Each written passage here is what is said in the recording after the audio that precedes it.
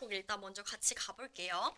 이 청산별곡 같은 경우에는 그 갈래가 일단 뭔지부터 얘기를 해볼게요. 우리가 지금 계속 갈래를 먼저 살펴보고 있어, 그치? 그래서 얘도 갈래를 먼저 살펴보면 이 청산별곡이라고 하는 것은 고려가요예요. 아이고 너무 확대했다. 이 청산별곡은 고려가요다. 그럼 고려가요들이 대체 어떤 주요한 특징을 가지고 있는지를 먼저 살펴볼게요. 요거 좀 중요하니까 잘 기억을 해주셔야 돼요. 근데 이 고려가요의 특징을 좀 간단하게 얘기를 해보자면 저는 보통 어떤 식으로 외우냐면 약간 컵라면처럼 3분우다. 3분우의 특징을 가진다. 이렇게 설명을 해요. 보통 얘기를 해요, 제가.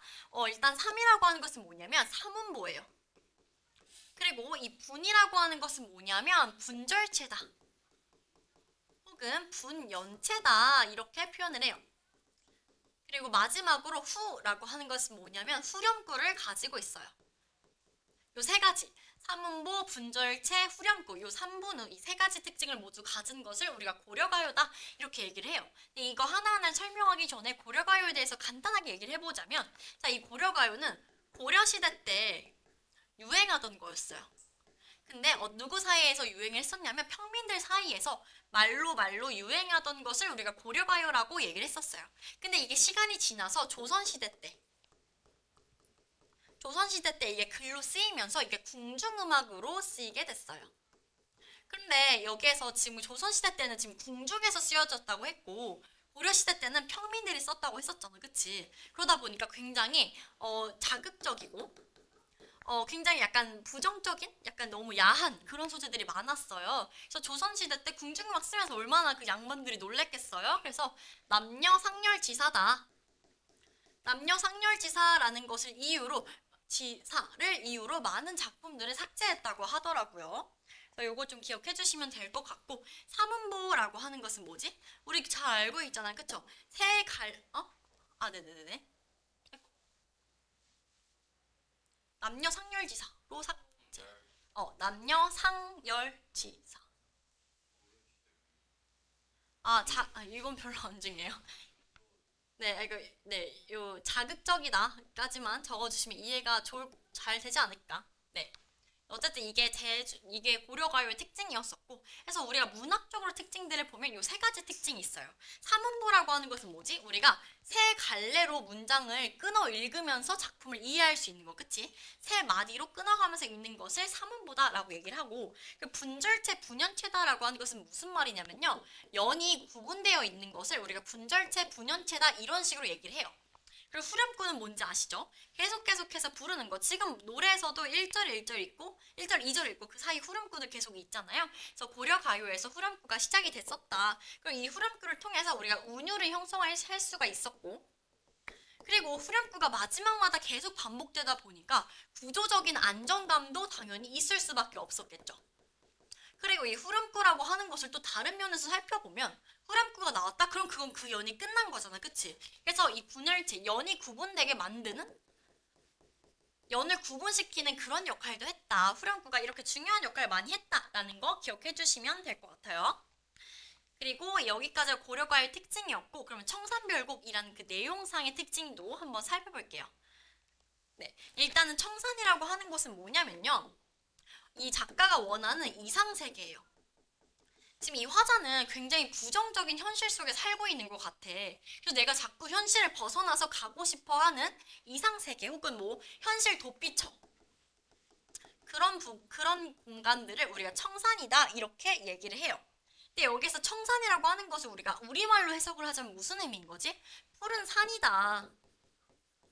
이런 말을 가지고 있잖아요. 근데 여기서 진짜 푸른 산에서만 살고 싶다 이렇게 얘기하지는 않아요. 이 청산이 의미하는 것은 전체적인 자연을 다 의미를 하고 있어.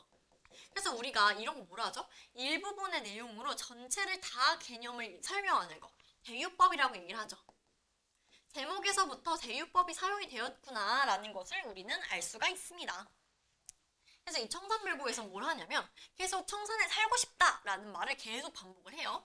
근데 그러면 이 내용들을 한번 좀 보자면 제일 먼저 내가 현실을 벗어나서 청산에 살고 싶어 라고 얘기를 해요. 그래서 만약에 내가 딱 청산에 갔다라는 것을 가정을 하고 생각을 막 했다? 근데 청산에 살아도 나의 시련이 해결이 되지가 않았어요. 그래서 이 사람이 두 번째로 찾았던 도피처는 뭐냐면요. 청산과 굉장히 유사한 바다에 살고 싶어. 바다 원해, 바다에 살고 싶어 라고 얘기를 했어요. 하지만 바다에서도 마찬가지로 이 화자의 시련은 해결할 수가 없었어. 그래서 이 사람이 뭘 보게 되냐면요. 굉장히 비현실적인 소망을 하게 돼요. 그러니까 어떤 소망을 하게 되냐면 내가 자꾸 뭘 보게 되냐면 사슴이 악기를 치는 것 같다와 같은 굉장히 비현실적인 소망을 기적을 바라게 되고 하지만 비현실적인 기적을 바라면 그게 당연히 이루어질까요? 당연히 이루어지지 않겠죠. 역시나 시련이 해결이 되지가 않고 그래서 마지막에 이 사람이 찾은 건 뭐냐면요. 나의 시련을 그나마 일시적으로도 해소할 수가 있는 마지막 도피처를 찾아요. 근데 이게 바로 술이었어요. 굉장히 독한 술. 그리고 계속해서 시련을 해결을 못하다가 이 술을 통해서 아주 일시적으로나마 해소를 하는 이 모습이 바로 이 청산별고에 나왔던 모습이다. 기억해 주시면 될 것 같아요. 네. 이게 전반적인 내용인 거고 우리가 내용을 하나하나씩 다시 살펴볼게요. 잠깐 쉬었다 할까요? 중간 뒤로 넘어가서부터는 잠깐 쉬었다가 할게요. 네, 청산별곡을 내용을 일단 한번 살펴볼게요. 대충 무슨 내용인지는 방금 같이 봤으니까 중요한 내용들 같이 먼저 살펴볼게요.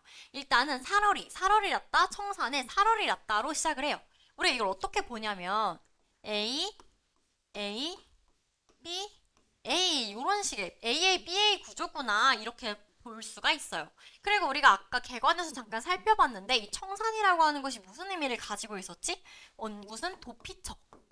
내가 너무 지금 괴로운 현실을 벗어나고 싶은 도피처. 그리고 도피처라고 한다면 지금 부정적인 상황을 도피하는 거니까 그곳은 당연히 긍정적인 상황인 이상세계가 되겠죠. 어쨌든 속세와 대비되는 공간에 살고 싶다라는 말을 하고 있겠죠. 근데 이 살얼이 났다라는 것의 해석을 다양하게 우리가 해줄 수가 있어. 제일 첫 번째로는 살겠노라 라고 해석을 하기도 하고요. 그리고 두 번째로는 살리로다. 그리고 마지막으로는 살았으면 좋았을 것을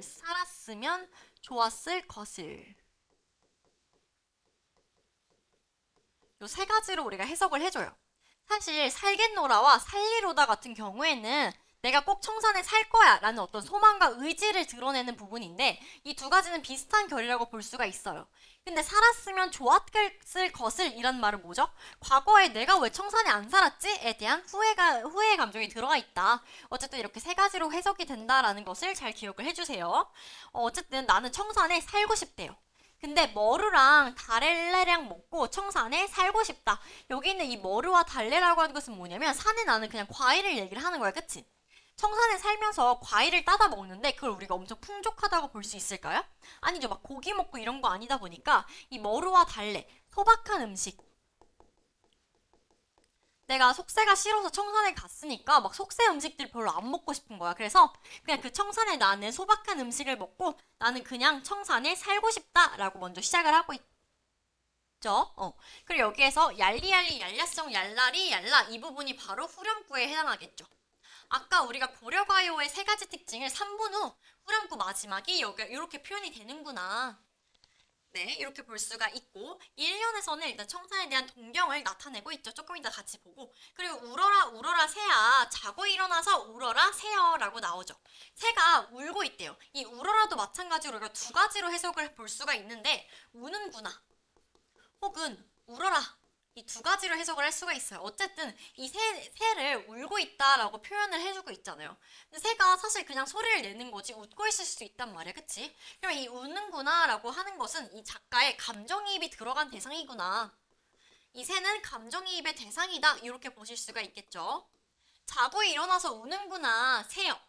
널 나와라는 것은 너보다 씨름이 하다는 우리가 많다라고 현대어로 바꿨었죠. 너보다 씨름이 많은 나도 자고 일어나서 울어. 그러니까 새와 나는 지금 어떤 상황인 거야? 다 같은 상황이니까 새와의 동병상련을 얘기하고 있죠.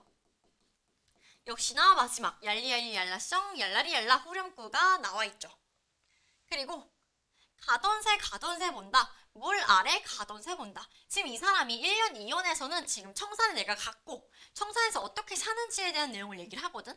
근데 내가 아까 개관에서 얘기할 때 청산에 갔는데 내 시름이 다 해결이 됐나? 결국 해결을 못했어요. 이 사람은 청산에 가서도 계속 속세를 그리워하고 약간 그립다기보다는 속세에 대한 미련을 아직 가지고 있어요. 그게 바로 이 사면에 드러나거든. 이 가던 새라고 하는 것도 두 가지로 해석될 수가 있는데 제일 첫 번째로는 날아가던 새. 그래서 가던 새다, 날아가던 새라고 해석이 되기도 하고요. 그리고 두 번째로는 또 뭐라고 해석이 되기도 하냐면요. 내가 갈던 밭이다. 내가 갈던 밭을 본다. 이렇게 보실 수가 있어요. 어쨌든 갈던 밭을 보든지 날아가던 새들 보든지 근데 물 아래 있는 가던 새를 본대요. 근데 이 물 아래다라고 하는 말은 바로 어디냐면요. 이 부분이 바로 속세를 의미를 해요. 그러니까 내가 지금 속세를 피해서 청산에 왔어. 청산이면 뭐 요쯤에 살고 있겠죠. 산이다 보니까. 근데 이 청산에서 여기 물 아래에 있는 곳을 내가 보는 거예요. 내가 갈던 밭이든 아니면 그 새가 이 물 아래를 내딛는 거죠. 그러니까 이 부분은 속세인 거죠. 내가 지금 청산에 있음에도 불구하고 속세에 대한 미련을 여전히 가지고 있구나라고 우리가 해석을 해줄 수가 있겠죠. 그런데 여기 보면 이끼 묻은 장글란, 이 이끼 묻은 장글란은 뭐냐면 이끼 묻은 쟁기를 가지고 물 아래 속세를 본다라고 해석을 가는데 이 쟁기라고 하는 것은 언제 쓰는 거지? 그치. 우리가 농사하고 밭 갈 때 쓰는 게 쟁기란 말이야. 근데 그 쟁기에 이끼가 묻었대요. 이끼가 묻었다고 하는 것은 이 쟁기를 막 썼다는 거야? 안 썼다는 거예요. 쓰지 않고 청산에 올라왔으니까 여기에서는 지금 농사 안 짓잖아. 그치? 그러니까 이 사람이 늘 쓰던 이 쟁기에 이끼가 막 붙었다라는 말이에요. 그래서 이 이끼 묻은 쟁기를 가지고 물 아래 속세에 있는 내가 갈던 밭을 본다라는 거죠. 그러니까 여기에선 어떤 태도가 들어온다? 아, 미련을 가지고 있구나라고 우리가 생각할 수가 있겠죠. 역시나 얄라썽 얄라리 얄라 이렇게 또 후렴구가 나오고 그래서 사연을 보니까 이리공 저리공 우리가 아까 여기에서 이응을 통해서 뭘 우리한테 보여주냐면 약간 이리공 하면 음악성이 조금 드러나지 않아요? 약간 우리가 노래 부르는 것처럼 얘기할 수가 있단 말이에요. 아까 고려가요가 조선시대에 대해서는 궁중 음악이 됐다고 했었지, 그치? 그 음악이 됐다라는 것을 우리가 여기 이응이 추가된 것을 통해서 또 볼 수 있다 기억해 주시면 좋아요. 그리고 낮은 어떻게 저렇게 해서 낮은 지나왔는데 올리도 올 사람도 그리고 갈 사람도 없는 밤은 또 어떻게 할까라고 하고 있죠. 근데 이 밤이라고 하는 것은 뭐겠어? 그러니까 낮은 그냥 어떻게 저쨌든 내가 지내왔어. 아무리 외로울지라도. 근데 밤이 되면 진짜 우리 집에 올 사람도 없고 갈 사람도 없단 말이야. 그래서 그렇게 외로운 밤을 또 내가 어떻게 지내지? 라고 얘기를 하고 있죠. 이 밤이라는 시간은 화자의 외로움이 심화되는 시간이구나. 외로움이 이렇게 화살표 업 되는 시간이구나 라고 생각해 주세요. 굉장히 외로운 상황을 또 가지고 있구나 기억하시면 되겠죠? 역시나 또 후렴구 어디라 더디던 돌코 이건 우리가 어떻게 해석을 하면 되냐면 어디에 던지려던 돌코 돌인가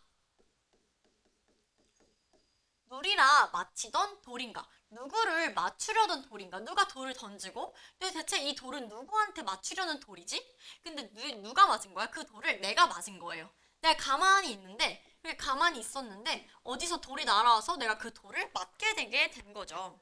그래서 메리도 미워할 사람도 그리고 괴다는 뭐였죠? 사랑하다였죠. 사랑할 사람도 없이 그냥 그 어디서 날라온지도 모르는 그 돌을 맞아서 내가 지금 울고 있대요. 그러니까 운다라는 것은 내가 고통을 받고 있다라는 거죠. 역시나 얄리얄리 얄라썽 얄라리 얄리 또 후렴구가 나와 있고 그럼 이 돌이라고 하는 것은 뭘까요? 그냥 누가 준 것도 아니고 내 운명이라는 거죠. 그래서 내 운명에 대한 한탄이다 라고 보실 수도 있어요. 왜냐면 누가 던진 것도 아니고 그냥 내가 맞은 거니까 그렇게 아프는 것이 바로 내 운명이구나 라고 체념하고 있다 이렇게 보시면 되겠죠. 또 아까 제가 청산을 갔는데 결국 씨름이 해결이 되지 않고 두 번째 도피처를 선택한다고 했었잖아요. 거기 이게 나온 게 바로 바다예요. 이 바라가 바로 바다를 가리키는 거죠. 역시나 A, A, B, A 구조로 이루어졌네요. 나는 또 바다에 살고 싶대요. 그럼 이 바다가 또 뭐와 비슷한 거겠어? 당연히 청산과 유사한 의미를 가진 이상세계 도피처에 해당하겠죠. 아까 청산 미워할 사람도 사랑할 사람도 없이 맞아서 울어. 그냥 내 운명 때문에 그냥 슬퍼서 울어, 이런 말이 되겠지? 응. 그래서 여기를 넘어와 보면 그 다음에는 이제 바다에 또 살고 싶대. 청산에 가서 내가 해결을 못했기 때문에 이제 두 번째 도피처를 찾는 거야. 아까 청산에서는 뭐가 나왔었지?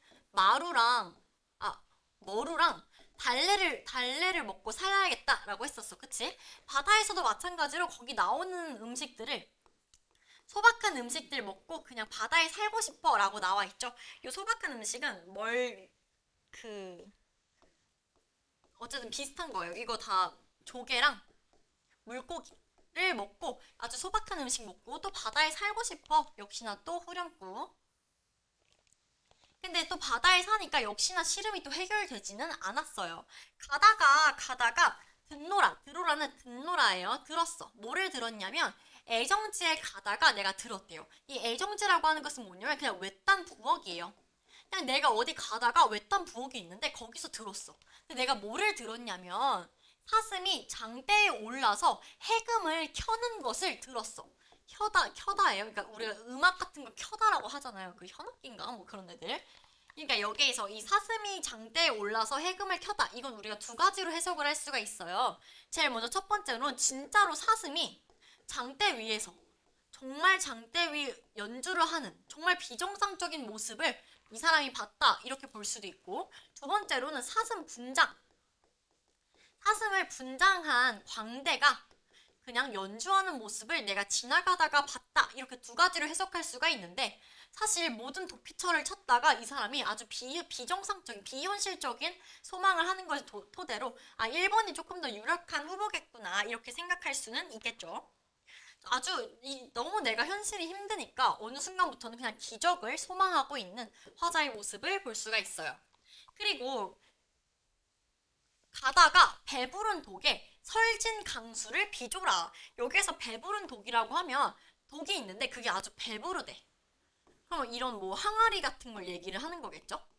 항아리에 있는데 그 항아리에 설진 강수, 설진이라고 하면 그 만들어진 강수, 독한 술을 빚었대요. 누가? 독한 술을 빚었는데 저런 곳에 있는 누룩이 매워서, 그러니까 강해서, 그러니까 그 저런 곳에 있는 누룩이라는 건 뭐냐면 그 술을 만들 때 쓰는 애들이거든요. 술을 만들 때 이렇게 쌀로 해가지고 술을 만들잖아요. 술 만드는 그런 애들이 향이 너무 강해가지고 나를 잡았어. 내가 가려고 했는데 나를 막 잡아. 그러니까 내가 어찌하겠어. 뭐 한다는 거야? 그냥 술 마신다라는 거예요. 그러니까 술을 마셔서 일시적으로 갈등을 해소를 하겠다. 이런 말인 거죠. 그래서 이 강수가 의미하는 게 뭐냐면 너무나 이 현실이 어려우니까 일시적으로 해소를 하는 도피처가 되겠죠, 얘도. 현실의 고통. 그리고 또 이 사람이 처지가 어땠어? 굉장히 외로웠단 말이야. 현실의 고통과 외로움을 잊게 하는 매개체가 바로 이 독한 술이구나. 이렇게 보시면 되겠죠. 그래서 어쨌든 너무 향이 강해서 내가 어찌하겠어? 그냥 먹는 수밖에 없지라고 하면서 그냥 마셔. 이러고 역시나 얄리얄리 얄라성 이러면서 또 후렴구로 끝이 나는 게 바로 이 내용이다. 근데 이렇게 사람이 정말 어떤 되게 어떤 시련에 이렇게 접하게 되면 정말 회피하게 되는 것 같아요. 그래서 이 내용들을 간단히 정리하면 1년에서는 뭐 했지? 일단 1년에서는 청산에 대한 동경을 드러냈어. 나 청산 살고 싶어. 그리고 이 청산에 살았는데 근데 나는 또 뭐 하대? 씨름이 굉장히 많대요. 그래서 2연에서는 삶의 비애 그리고 고독을 드러내죠. 왜냐면 내가 씨름이 너무 많아서 우는데 사람 말고 누가 나를 그냥 본다는 거야? 보지도 않고요. 그냥 새에다가 내 감정을 이입하고 있어. 그러니까 아, 이 사람 되게 외롭구나까지 우리가 알 수가 있겠죠. 그리고 가던 새 본다. 이거 우리가 날아가는 새 혹은 갈던 밭으로 본다고 했었잖아요. 근데 사실 이게 조금 더 유력하긴 하죠. 이 사람이 사면에서는 어떤 태도를 가졌었지? 속세를 벗어나서 청산에 있고 싶지만도 속세에 대한 미련을 가지고 있었었죠. 그래서 삼면은 속세에 대한 미련. 그리고 사연으로 넘어가면 야 어찌저찌 해서 내가 낮은 했는데 진짜 아무도 없는 밤은 어떡하지? 라고 하면서 고독과 외로움을 또 보여주고 있죠. 근데 내가 갑자기 돌을 맞았어. 근데 그 돌은 누가 나한테 던진 것도 아니고 잘 모르겠어. 그냥 나는 그 돌을 맞고 아파할 수밖에 없어. 그럼 그 돌을 우리가 뭐라고 볼 수 있다고 했었지?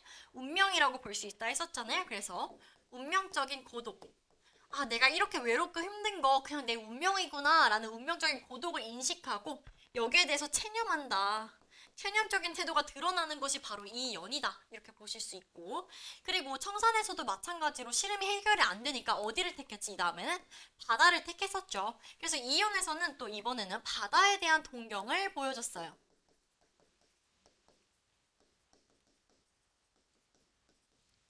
하지만 바다에서도 해결이 되지 않았는지 무슨 기적, 정말 비현실적인 기적을 소망하는 것이 바로 여기였죠. 사슴이 왜 해금을 치겠어요? 이상하죠. 그리고 마지막에서는 결국 해결되지 않은 시름을 뭐를 통해서 일시적으로나마 해소를 했다? 고뇌의 일시적인 해소. 독한 술, 독한 술을 통한 일시적인 해소가 여기에 드러나게 됐었죠.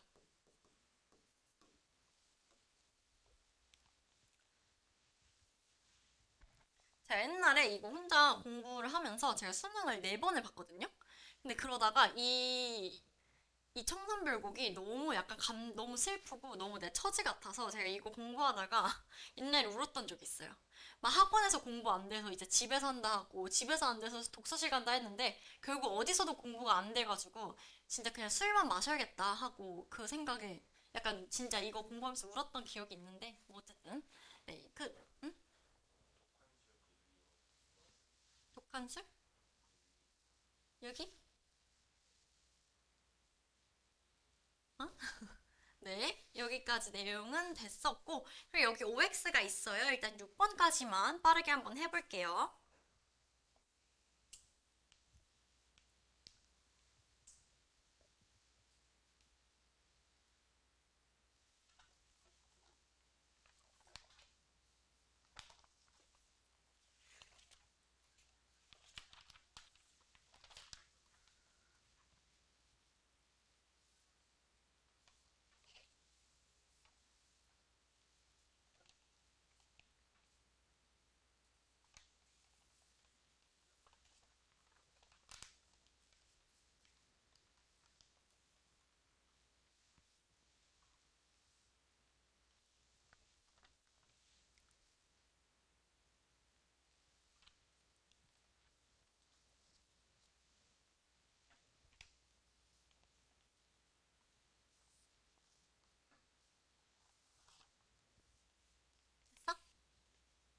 됐어? 이거 6번까지, 6번까지만. 6번까지 일단 볼게요.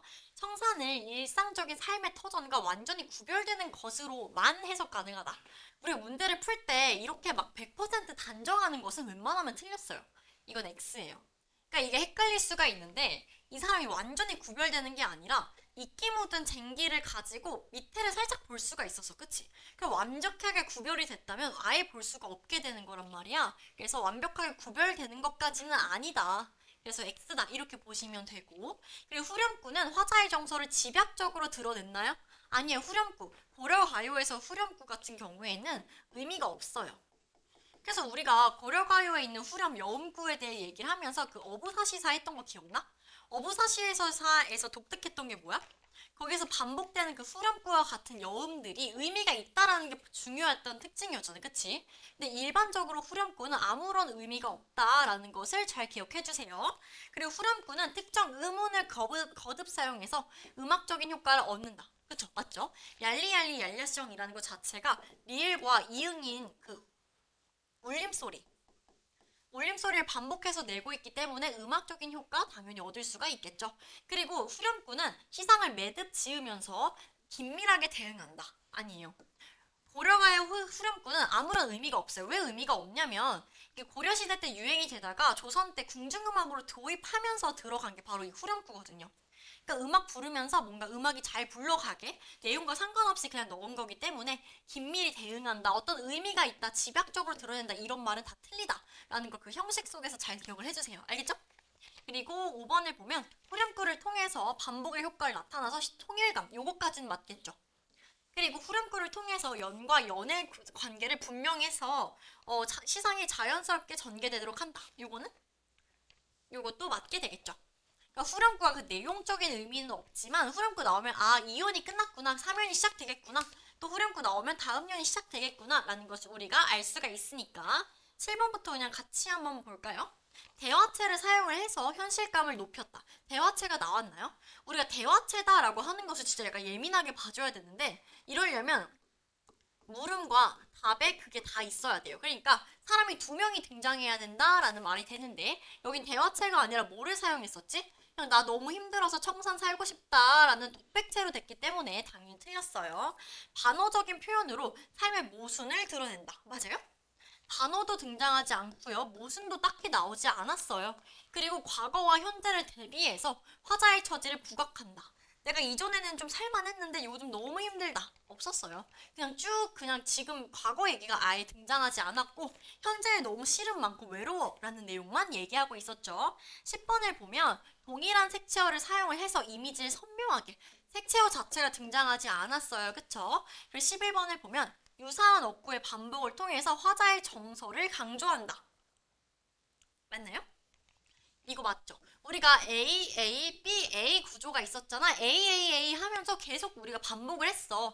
살얼이 살얼이 났다. 청산에 살얼이 났다. 아니면 울어라 울어라 새요. 이거 할 때 계속 유사한 어구 반복했죠. A, A, B, A 밑에 적어주세요. 그리고 살얼이 났다를 살고 싶구나로 해석을 하게 된다면 화자는 청산에 살고 있지 않은 상태에서 동경한다. 이게 맞죠? 그쵸? 내가 집 가고 싶다. 집 아니니까 집 가고 싶은 거잖아. 그치? 그리고 13번을 보면 화자가 현재 청산에 살고 있고 살얼이 났다 살아야 하는구나. 살아야만 하는구나로 본다면 괴롭지만 청산에서 살아갈 수 없다라는 것을 드러낸다. 이것도 맞는 선지. 그러니까 살아야만 하는구나라고 하면 사실 청산에서도 내 시름이 해결되진 않았어. 그치? 근데 내가 살아야만 한다라는 것은 괴롭지만 살아갈 수밖에 없다는 한탄을 표현한다. 이것도 맞는 선지겠죠. 사실 이 문제 같은 경우에는 선지가 되기 전에 문제를 보면 사실 보기가 있었어. 보기에서 이런 내용을 얘기를 해줬을 거예요. 근데 없지만 그래도 같이 봤으니까 그냥 할게요. 이혼에 등장하는 새는 화자의 분신, 그쵸? 새에다가 우리가 감정이입이 됐었잖아. 울어라를 우는구나로 본다면 화자가 울고 있는 새를 보고 자신도 새처럼 울고 있다로 해석할 수 있다. 맞죠? 이게 바로 감정이입이 내용이니까 맞는 선지가 되겠죠. 15번부터는 한번 해볼까요? 15번부터 26번까지 한번 해볼게요.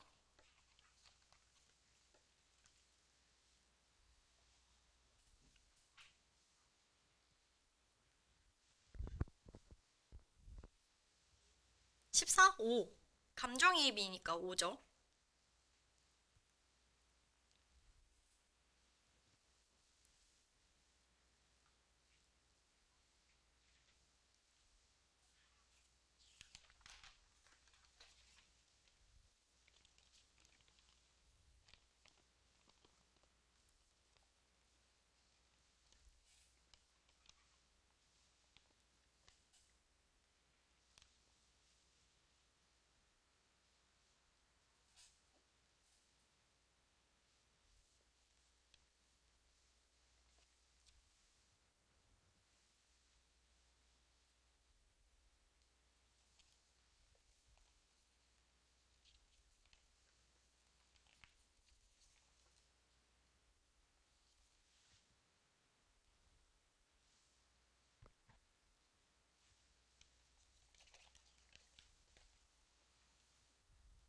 잠깐.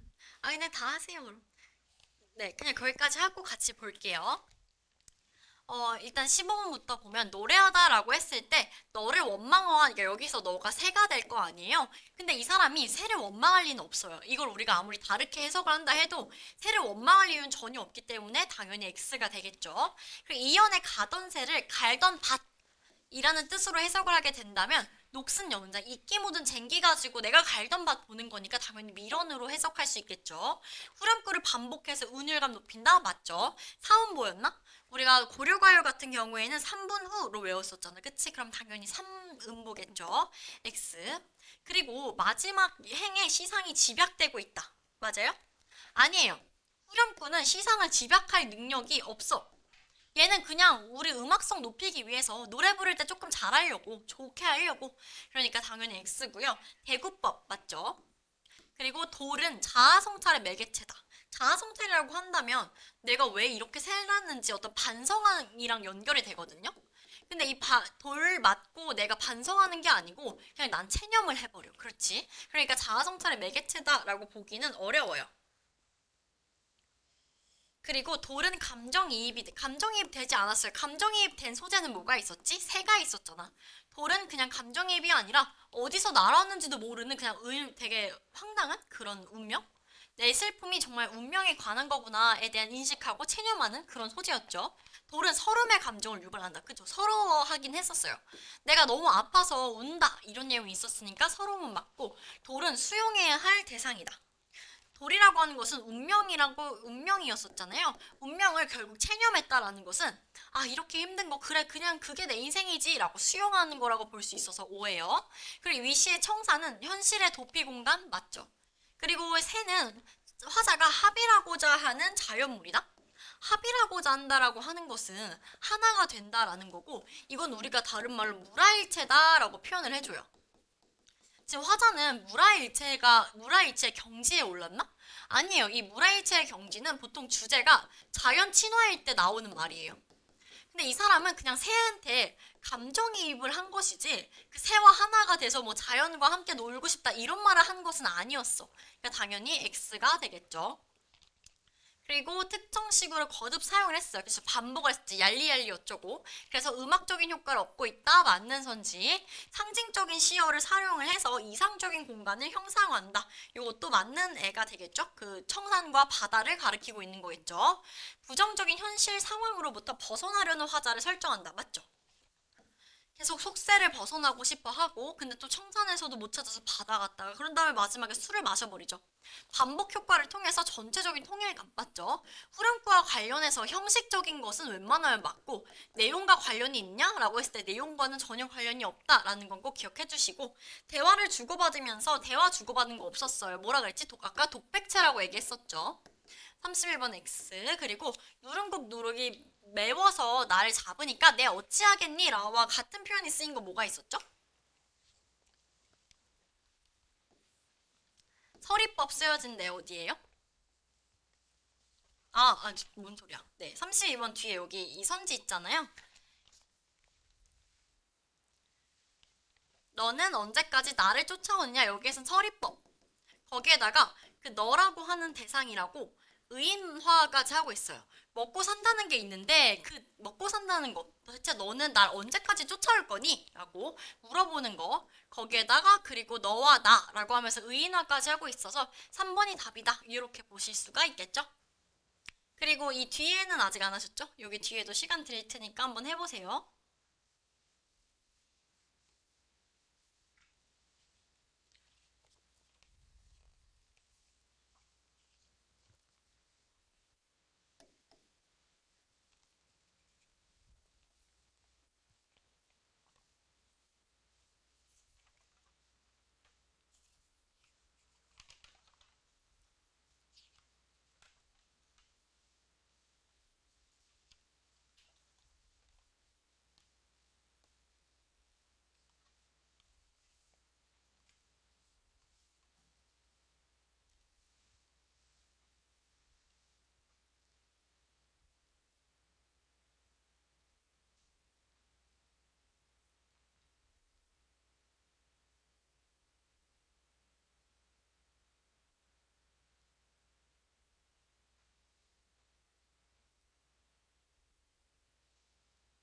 네, 한번 같이 볼게요.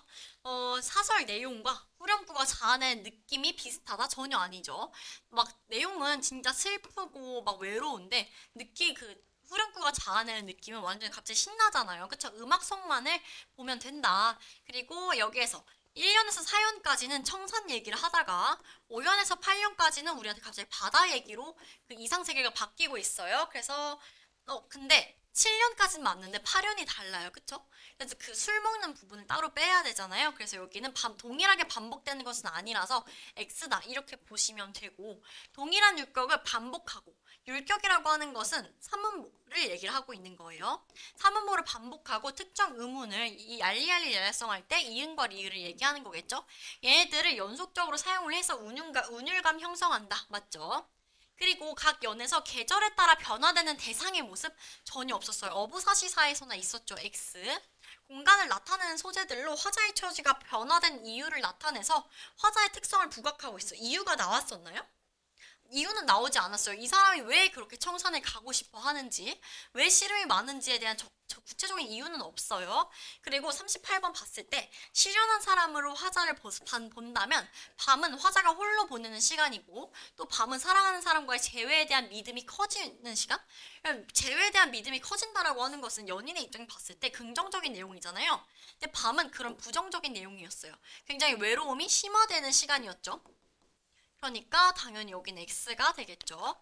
그리고 유랑민을 화자로 본다면 이연의 새를 하늘로 날아다닌 새로 보고 새는 미래에 대한 희망을 품지 못한 채로 떠돌아다녀야만 했던 유랑민의 심정이 담겼다. 이렇게 볼 수가 있어요. 여기도 마찬가지로 보기가 있어야 되는데 만약에 내가 막 떠돌아다녀. 청산도 내가 그냥 떠돌아다니다가 들어간 곳인데 그러면 저 밑에 보니까 저 사람들 너무 부럽다. 저 사람들은 갈던 밭도 있고 새가 막 날아다니는 그 땅은 누군가 주인이 있을 거 아니야? 그러니까 이렇게 볼 수가 있겠죠. 유랑민을 화자로 본다면 오연의 돌을 화자의 내면과 관련지었을 때 돌은 농토를 빼앗긴 농민이 마음에 품었던 한을 해소해 주나요? 돌은 오히려 날 아프게 하는 거였어. 그치? 부정적인 대상이기 때문에 무언가 해소되는 것은 애초에 없죠. 그러니까 여기 전체적인 청산벽을 봤을 때 술이 일시적으로 해소를 해주는 것이지 그 시름을 전체적으로 해소하는 건 아예 없어요. 속세를 떠난 지식인을 화자로 본다면 팔륜의 강수를 시대 상황이랑 관련지어 봤을 때 권력의 횡포에 저항하고자 했던 지식인의 의지? 아니죠. 지식인의 의지가 아니라 그냥 뭐겠어요? 회피. 그냥 일시적인 해소 이런 것을 가리킬 뿐이겠죠. 절대 뭐 의지, 뭐 해결 이런 말은 아예 나올 수가 없구나. 그리고 청산별곡을 빠르게 한번 다시 보자면 사월이 났다, 청산에 사월이 났다. 두 가지 한번 적어볼까요? 일단은 뭐였죠? 이상세계. 그리고 뭐 하나 더 추가하자면 마음의 안식처. 속세와 대조되는 공간. 속세와 대조된다. 이렇게 써주시면 되겠죠?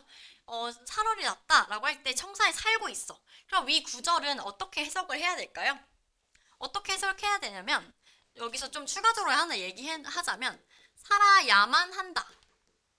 아까 우리가 선지 속에서 봤던 거잖아요. 내가 지금 청산에 살고 있는데 그게 좋아서 사는 게 아니에요. 분명히 부정적인 상황들이 있음에도 불구하고 내가 청산에 살아야만 한다라고 해석할 때 이렇게 현재 살고 있는 모습이 돼요. 제가 앞에 적어드린 살고 싶다, 살아야만 했었다 라고 같은 경우에는 청산에 지금 없는 건데 살고 있다 가정하면 이렇게 쓴다. 그리고 이 살월이 났다를 통해서 우리가 뭘 확인할 수가 있냐면 동경, 청산에 대한 동경, 그리고 청산에 꼭 살고자 한다라는 의지, 아니면 한탄. 요 세 가지 정서를 우리가 볼 수가 있다. 요거는 앞에 썼으니까 그냥 넘어갈게요. 청산에 살아서 머루랑 달래랑 먹고 아주 소박한 음식이겠죠. 이렇게 소박한 음식을 먹고 청산에 살고 싶구나. 얄리얄리 얄레성 얄레얄라. 염구라고 부를 수도 있고 후렴구라고 부를 수도 있잖아요. 얘네는 시의 내용과 잘 어울러졌나? 전혀 아니었었죠. 당연히 X. 그리고 이연을 보니까 울어라 울어라 새요. 자고 일어나서 우는 건 역시나 되게 유사한 게 반복되고 있죠. 그래서 새라는 건 뭐였지? 이 우는 게 화자가 울고 있어서 새가 우는 것처럼 보였으니까 이 새는 감정이입의 대상이었죠. 너보다, 널 나와, 너보다였죠. 너보다. 씨름이 한다라는 것은 많은이었죠. 씨름이 많은, 나도 자고 일어나서 울어 라고 하면서 동병상련을 드러내고 있다. 화자는 자신의 정서를 새를 통해서 우회적으로 드러난다? 맞나요? 아니에요. 나 지금 시름 많은 나도 지금 울고 있어 라고 하면서 시름 많아 라고 하면서 직접적으로 드러내고 있죠. 얄리얄리 얄레성 얄라리 얄라 역시나 후렴구. 이혼에서 무슨 정서를 드러낼 수 있냐면 삶의 비애. 저 사람 진짜 사는 거 시름 많고 눈물 나는구나. 삶의 비애가 있구나. 이렇게 볼 수가 있고 가던 새 본다. 물 아래. 물 아래가 가리키는 건 뭐라 그랬었지? 속새라 그랬었잖아. 물 아래 가던 새를 본다. 이 가던 새가 의미하는 게 두 가지. 일단 제가 알려드린 두 가지를 먼저 보자면 내가 갈던 밭. 그리고 두 번째는 뭐였지? 그냥 가던 새, 날아가던 새. 세 번째 한 가지를 조금 더 추가를 하자면 지금 이 화자를 우리가 만약에 지식인으로 가정을 하면 어떻게 되냐면요. 날아가던 새는 친구가 되고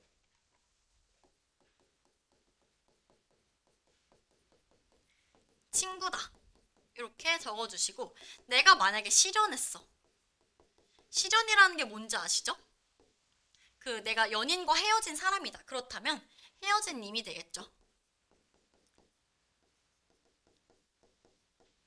그러니까 이 화자를 뭘로 가정하고 뭘로 설정하냐에 따라서 우리가 가던세에 대한 해석이 당연하게도 달라지겠죠. 이 본다라고 하는 것은 보았느냐? 혹은 보았다.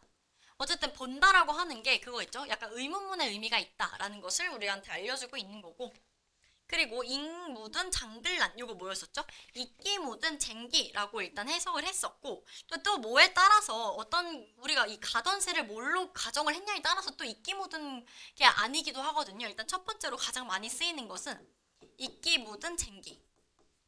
이게 가장 주된 뜻이고 만약에 우리가 지식인이나 변방의 군인으로 한번 가정을 하게 된다면 어떻게도 해석이 되냐면요.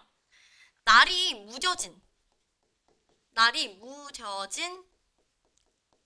병기들로 볼 수가 있어요. 얘를 변방의 군인으로 본다면. 변방이라고 하는 것은 나라의 가장 끝을 얘기를 하잖아요. 그러니까 하도 뭔가 전쟁을 안 해서 날이 무뎌진 병기들을 보고 저 아래 속세를 본다. 이렇게 해석하실 수도 있고 아니면 여성으로 우리가 이걸 본다면 이끼 묻은 은장도다. 이렇게 보기도 해요. 그리고 사면에서 확인할 수 있는 정서는 뭐죠? 속세에 대한 미련을 가지고 있구나.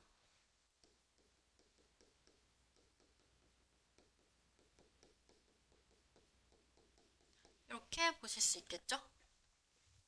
그리고 사연을 보면 이러쿵 저러쿵 해서 이응잉을 통해서 음악성 우리한테 높여지죠. 해서 낮은 지내왔어. 근데 올 리도 없고 갈 리도 없는 밤은 또 어찌하리라. 자, 낮은 밤과 달리 외롭지 않은 시간이다? 아니에요. 왜냐면 그냥 어째서지 버텼어. 지내왔어. 하지만 외롭죠. 밤은 뭘 의미를 하죠? 아주 고독이 심화되는 시간을 의미를 하죠. 그리고 또 어찌하리라 이걸 통해서 뭘 알 수가 있냐면 탄식한다 이렇게 볼 수가 있어요. 밤은 또 어쩌냐 아휴 탄식. 그래서 또 후렴구 나오고 사연에서 확인할 수 있는 화자의 정서는 뭐죠? 아주 처절한 고독을 느끼고 있구나. 처절한 고독이다. 그리고 어디서 날라온 돌인가, 누구를 맞추려고 한 돌인가 라고 하면서 이 돌이 의미하는 것은 운명이었었죠. 근데 운명이 지금 굉장히 안 좋잖아요. 시름도 많고 외로우니까. 그래서 이걸 또 뭐라고 보냐면 화자가 받은 상처다. 상처로 보기도 해요. 미워할 사람도 사랑할 사람도 없이 그냥 맞아서 울고 있어. 이 화자는 운명을 극복하려고 하나요? 아니에요. 그냥 운명을 체념하고 있어요. 그래서 이 오연에서 확인할 수 있는 것은 운명적인 비애다. 비애 그리고 거기에 대한 체념이 들어있죠. 그리고 6년을 보면 역시 다음에는 청산도 안 됐어. 그래서 나 선택한 게 바다였죠. 바다에 가서 이거 먹고 살고 싶어 라고 하면서 유사한 구조가 반복이 되죠. 일련의 청산과 대응되는 공간은 당연하게도 바다가 되겠죠. 그리고 넘어가서 또 보면 위치가 바뀌었다고 봤을 때, 자, 5연과 6연의 위치가 만약에 바뀐다고 하게 된다면 얘네들은 완벽하게 대칭 구조를 거져요. 우리가 아까 봤을 때 1에서 4연, 그리고 5에서 8년이 뭐 반복된다라고 봤는데 이게 틀린 선지였었잖아. 근데 그게 왜 틀린 선지였었냐면 바로 이 5연과 6연 때문에 이게 대칭이 안 됐었어요. 그래서 5연과 6연의 위치를 바꾸면 얘네들은 대칭 구조가 되는구나. 그리고 가다가 들렀는데 애정지는 외딴 부엌이었었죠. 외딴 부엌을 가서 들었어. 근데 뭘 들었었죠? 제일 첫 번째로는 사슴이 장대에 올라서 해금을 켜는 거 일로 해석이 되기도 하고 두 번째는 뭐였었죠? 사슴 분장을 했다. 사슴 분장한 광대가 한다. 이렇게 두 가지로 해석이 됐었죠. 그래서 6년을 보면 삶의 고뇌를 잊기 위한 유의 탐닉을 확인할 수 있다. 이것도 맞아요. 만약에 우리가 1번으로 본다면 비현실적인 소망, 비현실적인 소망, 뭔가 되게 기적을 바란다라고 볼 수도 있고 그냥 힘들어서 그냥 술 마시기 전에 잠깐 유의, 조금 노는 거 한번 해봐야겠다 이렇게 볼 수도 있어서 유의 탐닉을 확인할 수 있다. 이것도 맞는 선지가 됩니다. 그리고 8년을 보면 7년이에요. 그리고 8년을 보면 가다가 배부른 독에 빚어진 강수를 빚어라. 강수 독한 술이었죠. 조롱곡 누룩이 매워서 나를 잡으니까 내가 대체 어찌하겠어 라고 하면서 여기서 사실 내가 가다가 술 마시고 싶어서 내가 멈춘 거고 내가 술을 들은 거잖아. 그치? 근데 지금 여기 표현을 보면 이 조롱박에 있는 누룩이가 누구를 잡았어? 나를 잡아버렸어. 그러니까 원래 내가 잡은 건데 잡혔다라고 나와 있어서 여긴 주객전도가 사용됐구나. 이렇게 보시면 되고 근본적으로 문제를 해결하는 것이 아니고 일시적으로 해소하기 위해서 지금 문제를 회피하고 있구나 이렇게 보실 수가 있겠죠. 주객전도다까지 같이 써주세요. 그래서 네 1년부터 보면 청사는 당연히 이상향이었었고 여기는 그냥 비워두셔도 되고 그리고 2년에서는 삶의 비애와 고독이 드러났었죠.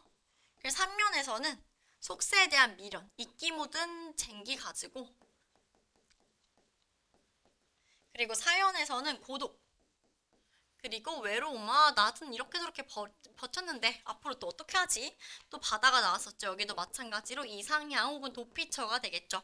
운명적인 고독, 유의탐닉하고 마지막에 나왔던 게 갈등의 일시적 해소 나왔다. 이렇게 보시면 됩니다. 여기 명지고 기말고사에 나왔던 문제들이 있는데 이 두 문제, 일단 두 문제만 먼저 시간 드릴 테니까 잠깐 한번 풀어볼게요.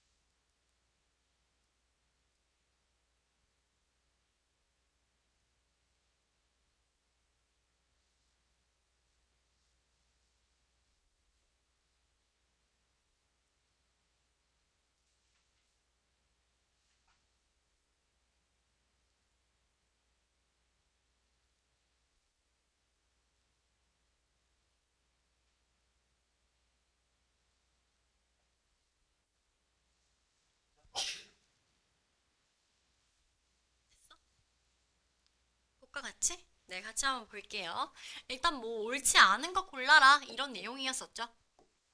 그래서 뭐 이런 상황들이 있었는데 여기 한번 대입을 해봐라 라고 봐줘도 되는데 사실 8번을 보면 설진 강수, 강한 술 마시겠다라는 게 궁극적으로 해소하겠다라는 건가요? 아니죠. 뭐죠? 그냥 일시적으로 해소하겠다, 회피하겠다라는 마음이었었잖아요. 그쵸? 그러니까 딱 봐도 답은 5번이고 1년의 청산, 바다 이것은 현실의 고단함을 잊기 위한 도피처다. 맞는 말이었고 이끼 묻은 쟁기를 들고 물 아래 이거 미련이었었죠? 맞고 돌은 의지와 상관없이 던져진 운명적인 고난과 시련 이것도 맞는 말이었었죠. 네, 이것도 맞았고 기적을 바랐다. 사슴이 해금 켜는 거 이거 비현실적이니까 기적을 바라는 소망이 담겼다. 이거는 무슨 몇 번으로 했어요, 답? 일단은 새라는 것은 감정이 이입된 대상이야, 그치? 그럼 우리가 쭉 봤을 때 감정이입이 어디 됐는지를 봐야 돼, 그치? 감정이입이 되려면 그 조건들이 있어. 제일 먼저 어, 자연물이나 어떤 대상의 감정이 일단 드러나야 돼요. 감정이 드러나야 되고 두 번째로 감정이입이 되려면 그 이 대상과 화자의 정서가 같아야 돼. 그게 맞는지 한번 볼게요. 일단 답은 3번이었어요. 보면 사슴의 무리도 슬피 운다. 나는 그대의 이름을 부르노라 라면 하면서 이 사슴의 무리가 슬피 우는 게 화자와 대조되는 감정이 아니었어. 그치? 그래서 감정입은 일단 3번이고 네, 여기 보면 외롭게 남겨진 개발 제한 구역이라고 하는데 여기 화자의 어떤 감정이 드러났나요? 화자의 감정이 드러나지 않았죠. 그리고 지조 높은 개는 어둠을 짓는다. 어둠을 짓는 개는 나를 쫓을 거다. 근데 이 지조를 높은 개가 나를 쫓는다라고 한다면 개는 지조가 높은 플러스적인 정서고 나는 마이너스이지 않겠어. 내가 계속 쫓긴다면서요. 그러니까 이 두 명의 그 정서가 동일하지 않기 때문에 일단 2번도 답이 될 수가 없고 그리고 오늘도 혼자 오르니까 흰 점꽃이 웃고 그리고 풀피리 소리 나고 메마른 입술에 쓰디 쓰다. 근데 여긴 딱히 꽃이 웃었는데 나는 딱히 웃는 것 같지 않아서 여기도 아니고요. 그리고 우리는 머리맡에 엎드려서 울음을 다 울었대요. 근데 여기 일단 울이라고 하면서 화자를 지칭을 했지. 그러면 그거 말고 풀벌레 소리 가득 차 있었다라고 나와 있는데 소리가 가득 찼다라고 했지. 풀벌레 소리의 어떤 정서를 드러내진 않았잖아요. 그래서 5번도 틀렸어요. 그리고 여기 마지막에 가제열 중간고사 이 부분 한번 이 문제 한번 풀어볼게요.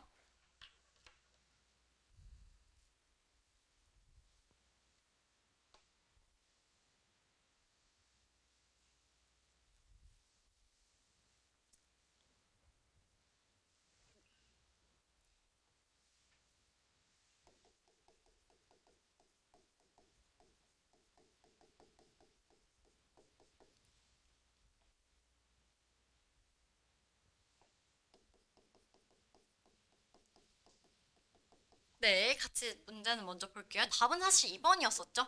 감정이 이입된 대상이고 화자의 분신이다. 분신이라고 하는 것은 약간 주니어 같은 느낌인데 감정이 이입이었으면 당연히 그럴 수도 있겠고 청사는 일상이 아니라 일상이 도피처였었죠. 그리고 밤은 해소예요. 해소가 아니라 오히려 심화되는 시간이었었고 네. 구하기 어려운 음식이 아니라 소박한 음식이었었고 강수 이게 고통의 원인이었나요? 아니었죠. 그냥 회피하는 그런 해소 방법이었었죠. 후렴구의 역할을 좀 정리하고 끝을 내보자면 제일 먼저 특정한 의문을 반복함으로써 명량하고 경쾌한 느낌을 준다. 그리고 두 번째는 뭐가 있었냐면 연과 연을 구분해줬어요. 그리고 세 번째 역할에는 뭐가 있었냐면요. 통일성을 줬어요. 다 똑같은 후렴구를 하니까 당연히 그렇겠죠. 그리고 마지막에 그 후렴구의 역할은 뭐가 있었냐면 당연하게도 운율을 형성하겠죠. 계속 반복을 하니까요. 이 네 가지가 바로 후렴구의 역할이다라는 거 기억해 주시고 꼭 쓰세요.